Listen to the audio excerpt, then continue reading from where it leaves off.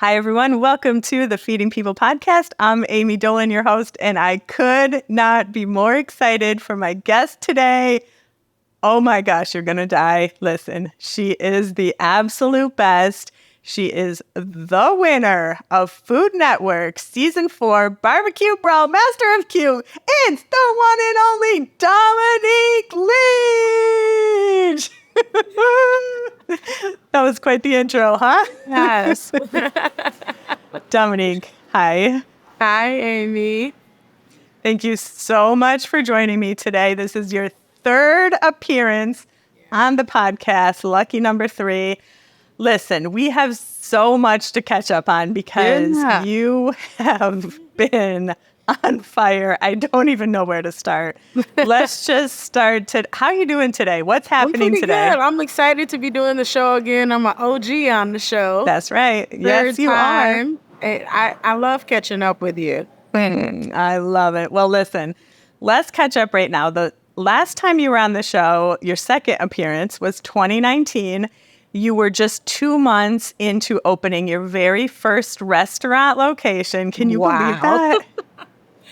Wow. Like, we recorded in your restaurant with your wife, Tanisha, and we were just like, can you believe this is happening? Like, your dream, opening your own restaurant. You've done it. You're here. But that's just the start of what has been happening for you. So long ago. I mean, you have lived like a whole lifetime since then. So since you opened that first restaurant in 2019, you opened 3 total locations of Lexington Betty Smokehouse, including your I want to call it your flagship restaurant where you are today. What do you we often refer to it as the flagship location. You do? Yeah. Okay, great. So this is including your flagship location in Pullman, which is just the most beautiful, wonderful space. We were there last week.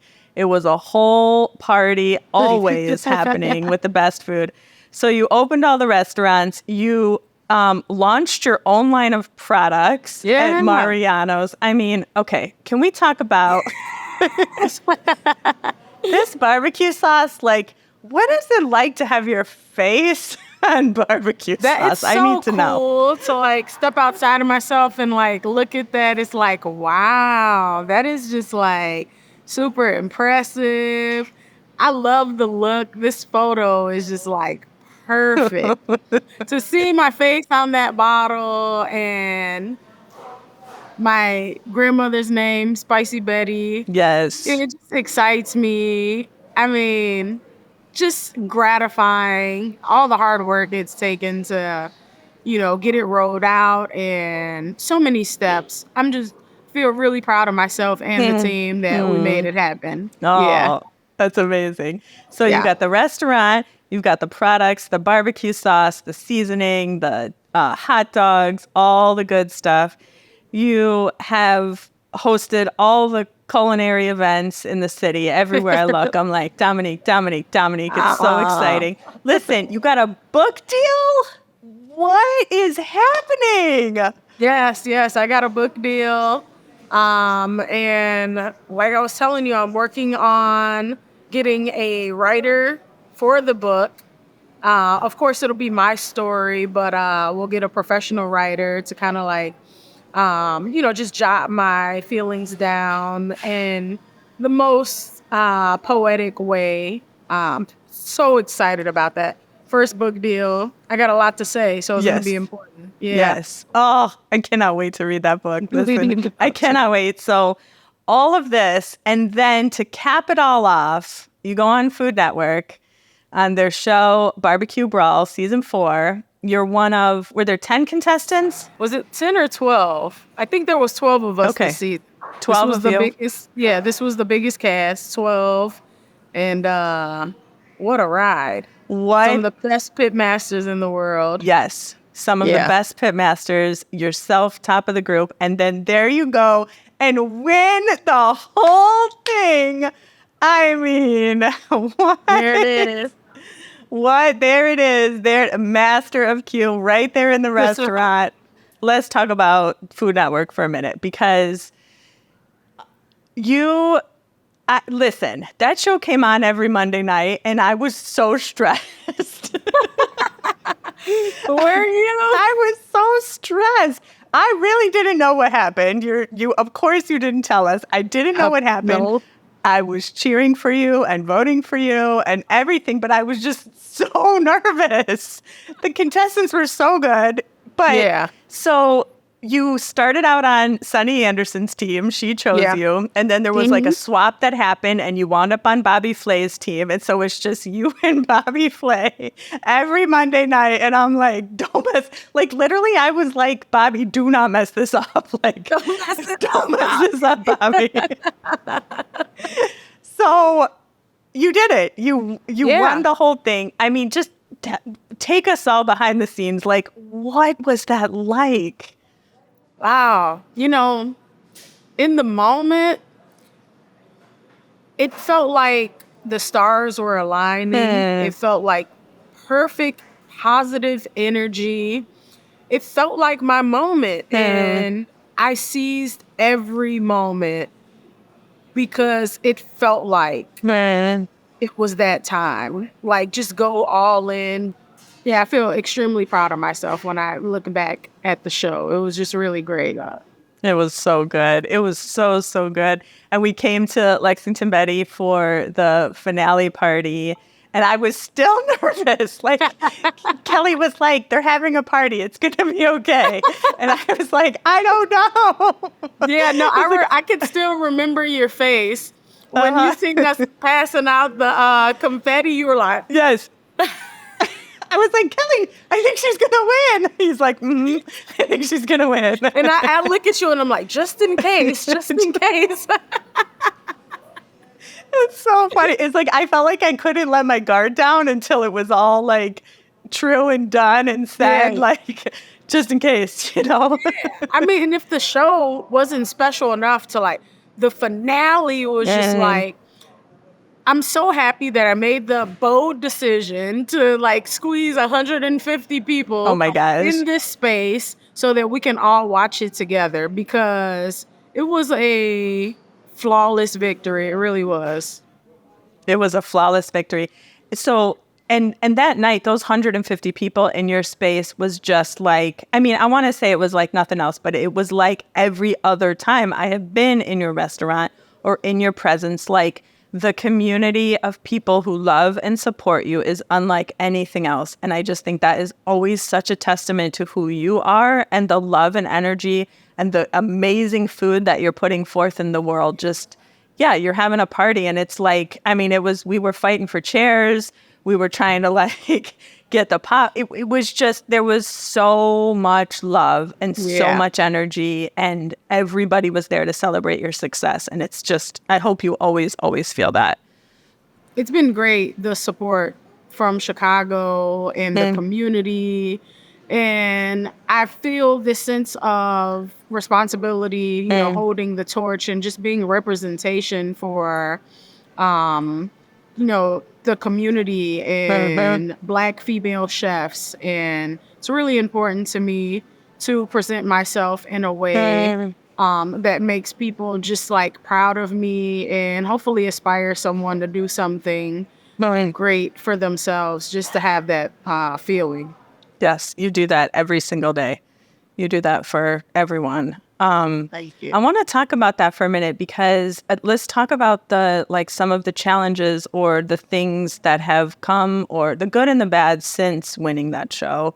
I heard Holly Berry talk one time on a podcast about winning the Oscar and what that was like afterwards. She won the Oscar, and, you know, she said, of course, every actor's like the highest moment in their career, and they expect like all the opportunity and money and everything, the recognition to flow after that. And she was so honest in talking about how after she won her Oscar, the opportunities were not there. And it did not flow the way it flows for white people when they win their awards. Yeah. And that really stuck with me, you know, that how, I mean, I want to say, how can that be? But of course, that is how it be. So, talk to me about what it's been like since you won, the good and the bad. Yeah. Well, you know, it's been great. to run into people and they recognize my face and people be so excited about my performance. That feels really wonderful. I think as chefs or even artists, that's really important to be recognized for how great we've become at our craft and to see people's reactions from it. Because really, that's why I got into food, was to Yeah. please people, and the reactions of how they felt about my food was just verification that I was doing the right thing, and just to keep following my dreams. And so, me, I always keep it as optimistic as I Yes. possibly can. But I could certainly relate to Holly. I mean, granted, we're not talking about an Oscar, but I feel like if I stay on the path that I'm on, I'm going to achieve a lot of goals that I have. One of those being a James Beard Award, Yes. which is like an Oscar to the food industry. Yes. Yes. And but certainly after you win the second largest grossing show on the Food Network, we know that I've been working for years to Yes. win over Chicago ultimately. And Yes. I really felt strong that if I won over Chicago, I can win over the rest of the country. And so it really feels like a milestone. Everyone here is aware that I won the show. A lot of people tuned in, and they finally understand like who I am as a chef. But the fight has not stopped by any means. I know that I have to kind of be a trailblazer and cut out what the mold needs to look like for Black women in this industry. And there's been several women before me. And, we're not just talking about the food industry. We're talking about being pitmaster of the food industry. So a lot of times the conversation is about Black and white. But in this case, the conversation is about Black and white and males and females. Yes. Because we know that this space has not been inclusive to women. And, I came out like so bold to say like, don't even dare leave us out of the conversation, because some of the best pitmasters, some of the best chefs in the world are going to be women. I love women chefs. We are so much more efficient and organized. And I love learning from female chefs. Most of the time I've worked under male chefs, and I take whatever I can from whatever chef that I'm working for. But I never took for granted the fact that women have to work a lot harder, and we don't really get the opportunity to relax and just kind of like, be casual in this setting, because it seems like every day we're showing up to like prove somebody wrong. And so that can be a lot of baggage.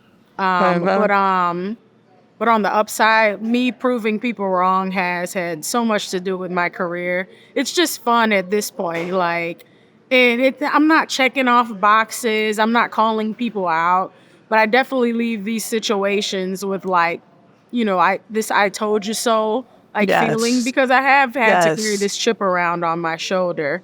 And so as gratifying as it has been to, be crowned the best, do I feel like it's opened any additional doors? I can't really say. I was a fan of the show. I loved watching the show. I watched the other pitmasters that won prior to me, kind of like evolve in their own space. But the truth is, like, we've been working at this since 2019. And I didn't always know exactly what it was or what it was for, but it's always been important to me to be consistent at being not only great, but holding the crown up and claiming to be the best at what I do. And so I feel really fortunate to be able to walk the walk, because if you're going to talk it, you got to be able to walk it. And if I say I'm the best, then I want to perform at that level every time. And so I'm really proud of myself. And that's been the best thing that I could take from this. Does the world have anything extra for me? I wasn't looking for anything extra. I just wanted to show who I was, and I was able to do that. So that's enough for me. I know my personality in the past and currently has gotten me TV work. And I could just only hope that me continuing to be my authentic self will, Yeah. make this life as satisfying as I need it to be. And so that's what I plan on doing. I mean, that's what you always lead with is your authenticity and your optimism. And I mean, that's why you're a magnet for the world. That's why everyone is drawn to you, and the good food, of course. Of course, let's not forget that. Well, I mean, I appreciate all that you do and the trail that you're blazing. In one of the earlier podcasts, you mentioned like doing this for the young Black girls that would see you as a chef and a pitmaster and follow you. And like, that's what you're saying. That's what's happening. And being on TV was a way that more young Black girls could see you. And that's just unbelievable. Like to imagine your impact and the way that there will be Black women chefs and pitmasters of the future who saw you on TV and thought like, wait, what? That's a thing? Yeah. Your impact is just unbelievable. Yeah, and they understand that they can be chefs if they wanted to be because they see me being so great at it. And so a guy named Bill, he does my hair, and him and his family, they watched it, every Monday they watched it. And his daughter was in Atlanta for the summer. And when she got back from Atlanta, she pointed out that she recognized me on TV. And he's like, yeah, we've been watching it every Monday. Let's watch it. And like, he said that like she was so drawn to it, and like he's never heard her talk about food or being passionate about it. And like now she's like, I want to be a chef. And so he called me out of the blue to tell me that. Wow. And I'm like, that's exactly why we are working so hard so that, young Black girls just have being a Black female, a strong, independent chef as an example. They know what that looks like. And I understand that a lot of times we cannot see ourselves in situations or in settings because we don't know what that looks like. And, it's not meant for everyone to be a trailblazer. Sometimes people need to see stuff in a different light. And so, I'm just happy to be that light for anybody that needs encouragement in that way.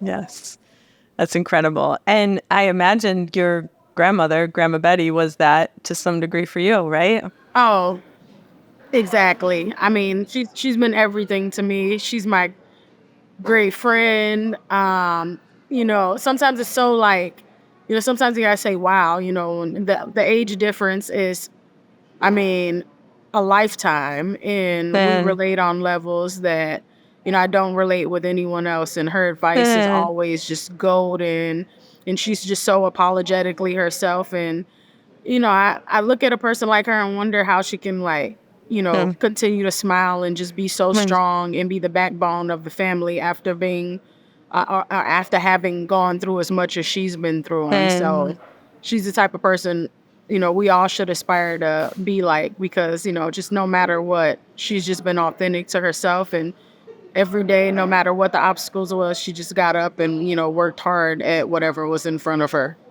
Unbelievable. I met her a few times, and she's just that amazing ray of light and a similar magnetism as you, just everyone drawn to her. So it's so beautiful to see her spirit around you and in you as well. Yeah. So what do you do? I'm really asking this because as your friend, like, I don't know the answer to this question. Like, given all that you've got going on, all the work, but then also the trailblazing and all the good you're trying to do in the world and all the responsibility of that on you, like, how do you relax? How do you recharge? Really what I want to know is, like, how are you in this for the long haul? Yeah, I often think about that, every day I'm growing older. And so I'm in this constant preparation for tomorrow.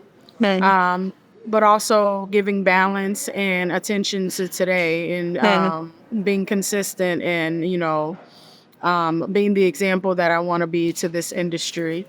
But I also find some comfort in, like, these huge accolades that I've gotten in the last couple years. Best barbecue in Chicago on Good Morning America. Yes. And now How did I Master. forget Good Morning America? Oh my gosh, I forgot that one. Yeah. So I find some comfort in, like, you've certainly made your stamp on the industry here in Chicago. And so it takes away from, like, the hustle and bustle that I felt probably prior to winning the show. I understood after the show that this is my opportunity to elevate things and be smarter and better and stronger and be selective, because, I don't want to take on every task and every opportunity and burn myself out. It's also okay for people to miss you. It's still important to, like, be in the room. We're still celebrating. I mean, it was only September that the world knew that I won. It's been a year now that I knew that I won. Wow. January 31st. I won, and then I flew home on February 2nd. So this time last year, I was on cloud nine, but the most awkward thing about it is I was on cloud nine alone because I couldn't tell anybody that I had won. Oh. Yeah. So staying in the present, staying connected to your loved ones. Yeah. Right. And letting people miss you. That was so good. I have such extreme FOMO and often, like, a scarcity mindset. Like, if I say no one time, they're never going to call me again, or, I'll never get that invite again. So yes. But you're right. Like, the older we get, we realize all those yeses don't automatically lead to more and more invites. No, especially if we're tired and they're the wrong invites and they're the wrong things. Like, it's no. And we can believe in abundance and live from abundance, that the right things will come to us, and we'll say yes to the right things, and that will generate more of the right things. Yeah, I believe in just kind of, like, going with what feels right. And, I know we've been running for years now. We've been running, and it's gotten us to this point. And I think we're allowed the space to be selective. And I still plan on doing everything with, like, substance and with purpose, and anything that means so much deserves my 100% commitment and attention. And so you can't do 100 things and all 100 things get 100%, Dominique. So I think, just being selective will give me the opportunity of picking and choosing the right opportunities and seizing those moments in the way that we know I love to seize moments and make a difference and, leave a impression on someone. Yeah. Yes. That's so beautiful. I can't wait for your book and more just, like, conversations that'll surround that, because I don't think people know, like, what a motivational speaker you are. Like, it's like, I'm just like, thank you, Dominique. I'm going to go out there and do my best work tomorrow. Thank you. I was really feeling down. But, it's 2 so minutes. important to me because I didn't have that person in my life. And as ambitious and positive as I am, I think about, how fortunate I am to have been able to, like, pull that energy from somewhere. Because, I think, wow, if there was someone pouring into me in this, like, positive way, then, I wouldn't, I don't know what life would look like. I would think even, like, more rewarding. But I didn't have that, and I'm fortunate enough to have been able to, like, pull the energy just from the universe and pour it into myself. And I've been my constant reminder that I'm special and enough and talented and, and I deserve to be celebrated in this industry. Yes, that's right. Amen. let's talk about love for a minute. So you and your wife, Tanisha, have been together 14 years. Is that 14 right? years, yep. Oh my gosh. Dominique, tell us the secret to a long-standing marriage. The secret? Oh, she looks over my shoulder. Come on, Tanisha. I don't know the secret.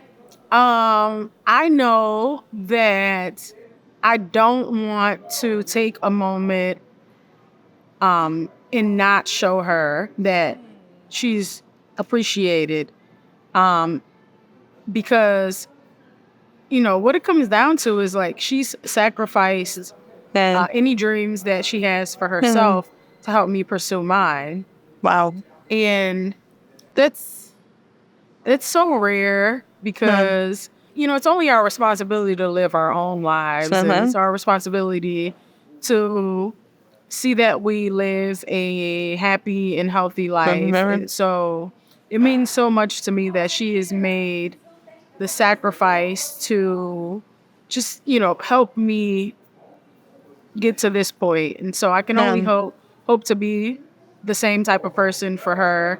And we have our times where like sometimes I just feel like I'm out of gas, and I feel like she's just kind of like pulling me along and getting us through it. And then there's other times where I realize she's different and I need to have like some patience with her, or like let her just finish going through whatever it is she's going through. And I know at the end of those couple of days that she's going to have a moment and just be so grateful for me being consistent on my end, still, making her plate of food at dinner, or still pouring her a glass of wine, even though she's in the mood and it seems like she doesn't want to be bothered with me at all. I know I have to like pull through and like, just be her friend, or just be there for her, even sometimes be in the same room, but just be silent. But and like we just kind of came out of a couple of days like that. But and then this morning she made it through. I was at the kitchen before her, and when she came in, she's like hugging and loving me and stuff. And I'm like, what's gotten into you? But I know that she's gonna like come back around. I think it's just about just like humility, and sometimes you can feel a little embarrassed, or it doesn't feel good to be pushed away, but sometimes people just need space. And I think the key is just like being supportive, despite, and sometimes that support just, might look different from other times, but just finding a way to be flexible with each other's emotions and just being there for each other at the end of the day. And so we've been able to survive so many situations and moments because we just continue to be there for each other. Yes. Oh my gosh, that's so beautiful. Thank you so much for that. You and your relationship and your love for each other is such an example and an inspiration to me and Kelly, and just so many people. And I'm so thankful you shared those tips just now. For those who want to be married, I always say like it's the greatest thing. If that's what you want in your life, like that's the best thing I've got going in my life. And also it is so dang hard every single day. And it is a privilege and a fight to stay together every year. And I just think like you there's no greater like partnership and teamwork, and just have someone in your corner like that all day, every day is so incredible. So, but that doesn't mean it's not, hard, or you don't have to work for it or fight for it. Yeah, you got to get up and work at it every single day, single day. And it takes both parties trying all the time. And 14 years, we're not the same people that we were when we first got together, but we toughed it out. We've been growing together, and we put in the work, and we get to know the new us every time. And oh my gosh. Yeah, it is a lot of work. It's always going to be a lot of work. But the key is to be able to be friends and laugh together, and just kind of like escape from day to day, and whatever obstacles you're going through in life. And so fortunately, we've been able to find time to get some vacations and just see the world. There was a time where like I was just stressed and she had to ask me, what is it you need out of life? And I said, well, I need you. And it makes me feel good to travel. And she's like, well, you've already got me. Let's travel. Oh, So, yeah, we went to Thailand a few months ago.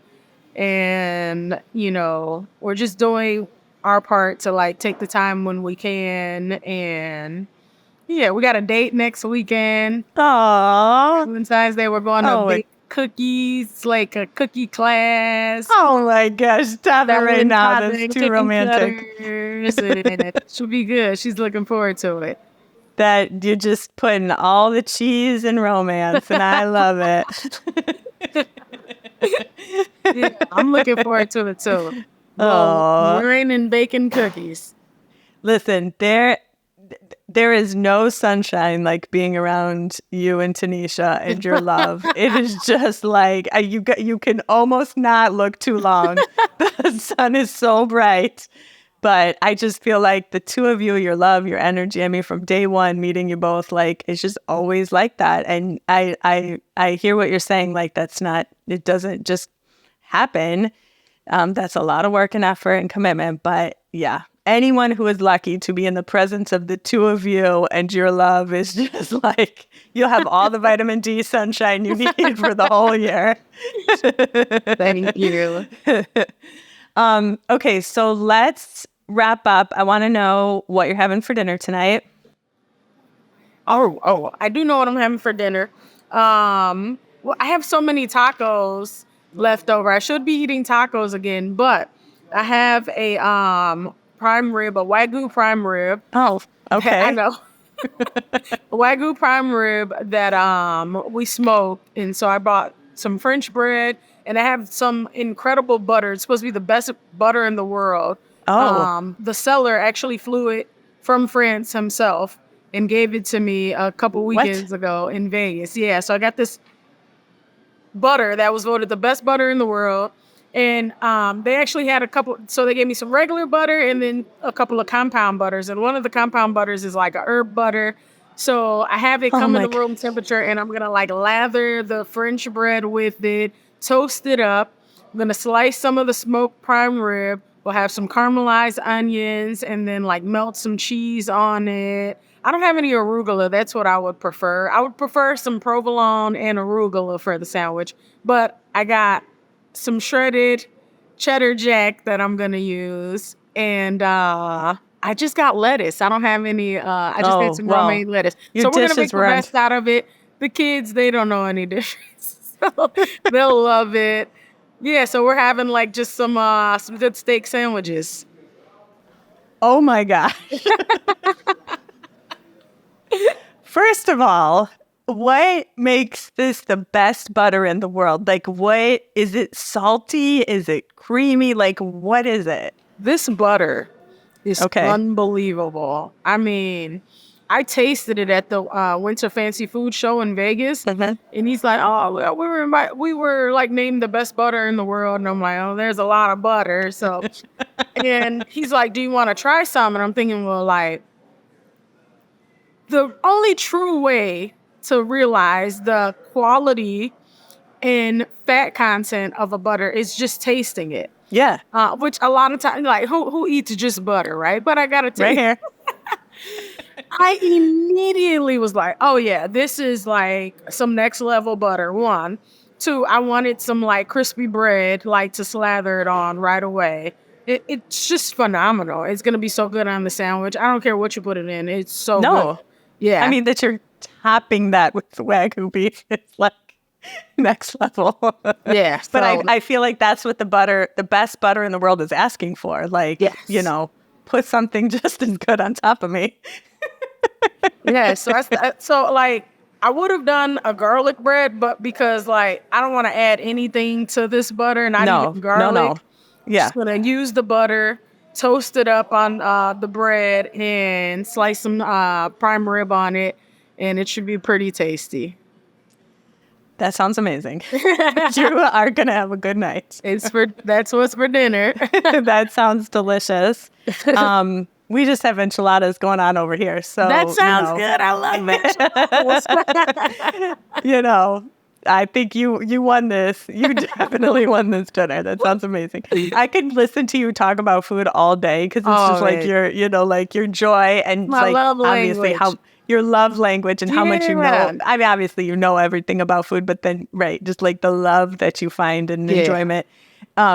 Someone I really respect recently said, like, there's so many purposes to food. It's not just like food serves so many purposes. It's not just nourishment and calories and nutrition. It's also joy and delight and happiness and community and connection to our ancestors and all of this. And I feel like you just radiate all of that, right? All the purposes that food serves. Yeah. Dominique, this has been another great episode. Yeah. Oh my gosh. Thank you so much for being on today. Thank you for sharing your light with us. And thank you for having me.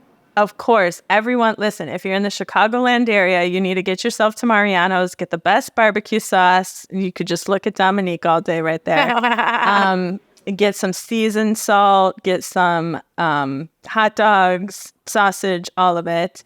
And go to Lexington Betty's website also. You can order all that online? Mm-hmm. Yeah, you can order all of the products online from my website, LexingtonBetty.com. The old website was Lexington Betty Smokehouse. So the new one, LexingtonBetty.com, where you can order all of the retail items available. You can also come to the restaurant where the beef franks and the andouille sausage are on sale for the entire month of Black History Month. So that's amazing. $15 each pack. Come and get some. We also have the barbecue seasoning. The barbecue sauce and the TT seasoning, which you guys have to try this TT seasoning. It elevates every single dish that you can make. And, I've worked so hard to make these products special, and I'm looking forward to people, buying them and them becoming staples in the household. Yes. So you guys give them a try.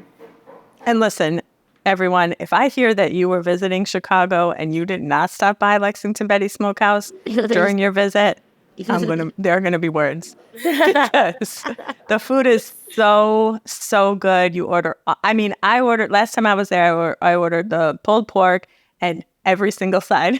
Because the sides are the collard greens, the mac and cheese, the cornbread, what else did I get? The yams. I got I got it all.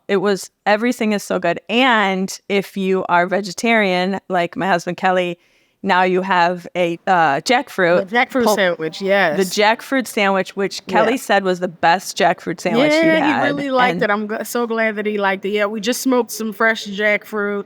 It's a unique sandwich. People love it. I'm so happy everyone's so receptive to it. It's great. Yeah, it's so good. So come one, come all. Get yourself there. And thank you so much, Dominique, for this. I love you so much. And I'm so happy to catch up like this. Thank you for having me. Bye. Bye-bye.